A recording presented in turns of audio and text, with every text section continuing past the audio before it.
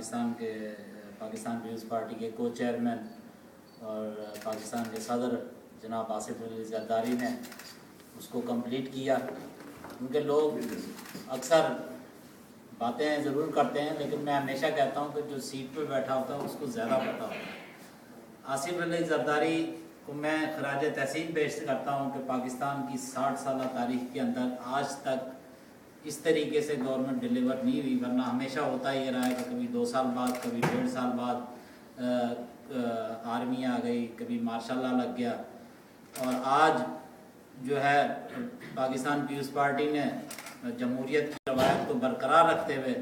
जो है मैंडेट को तो मुस्लिम लीग नून की मैंडेट को तस्लीम किया। लेकिन एक बात जो कल अपोजिशन में बैठे हुए थे वो उस वक्त ये बातें करते थे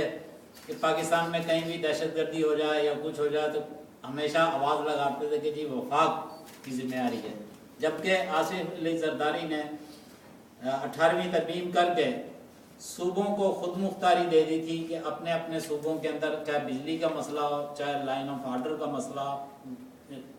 जितने भी मसले मसाइल हैं सूबे अपने तौर पे उस पर कार्रवाई कर सकते थे। लेकिन आज जब वो लोग हुकूमत में बैठे हैं तो उन्हीं का वजीर दाखिला असम्बली के अंदर चीखता है कि बलूचिस्तान कोयटा के हवाले से कि जी वहाँ जगह जगह CID भी खड़ी है, जगह जगह पुलिस भी खड़ी है, कोने पे रेंजर्स भी खड़ी है, लेकिन उसके बावजूद भी जो है वो धमाके हो जाते हैं, दहशतगर्दी हो जाती है। तो हम क्या करें? तो आज वही लोग जो उस वक्त महंगाई का रोना रोते थे, जब बजट आता है तो टेलीफोन के ऊपर जो है अपना मेरे ख्याल 15% जो है वो चार्ज जो है गवर्नमेंट ने लेना शुरू कर दिया। कल जो है पेट्रोल की कीमतें भी बढ़ जाएंगी और 3 रुपये या 4 रुपये मेरे ख्याल,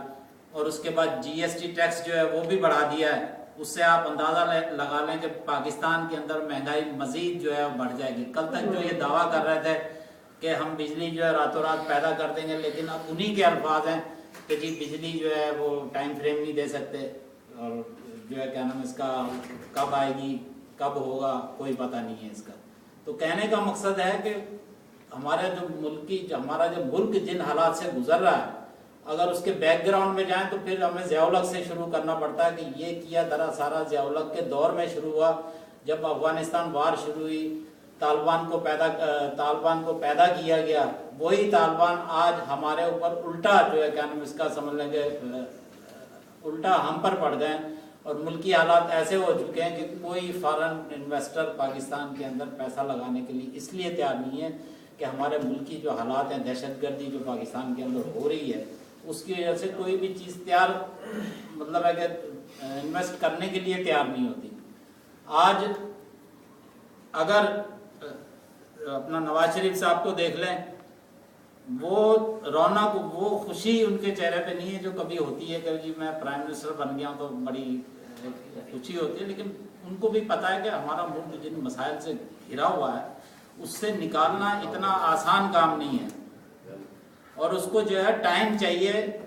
इसीलिए हम क्योंकि हमारे साथ मुसीबत ये थी कि हम सिंपल मेजॉरिटी के अंदर नहीं थे, मुख्तलिफ जो है पार्टियां जो हमारे साथ थी, कोलिशन गवर्नमेंट थी,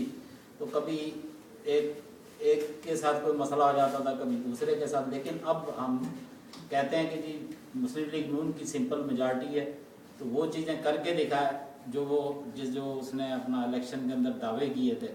और रातों रात जो है मुल्क को चेंज करने की बातें की थी वो करके दिखाए, तो शायद हमें भी कुछ अंदाज़ा आ जाए। ऐसे ही जैसे ईरान की गैस पाइपलाइन है उसके ऊपर एकदम खामोशी होगी। आज अगर ईरान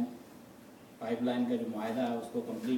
लाइन को कंप्लीट करना है तो हमारे बहुत सारे मसाइल जो एनर्जी क्राइसिस के मसाइल है वो भी सही हो सकते हैं। ऐसे ग्वादर पोर्ट का मसला, लेकिन मसला ये है कि इन दोनों मंसूबों के ऊपर हमारी मुखालफत बहुत है। ईरान के ऊपर अमेरिका हमारी मुखालफत करता है, ग्वादर के ऊपर UAE या सऊदी अरब को तहफ़्फ़ुज़ आते हैं कि जी वो अगर पोर्ट शुरू हो जाती है तो UAE को जो है क्या इसका डैमेज होता है उससे। तो इसलिए कहने का मकसद ये है कि अब सिंपल मेजॉरिटी है और करके दिखाएं। और बाकी मेरा तमाम दोस्तों को जो है बहुत बहुत शुक्रिया कि आप लोग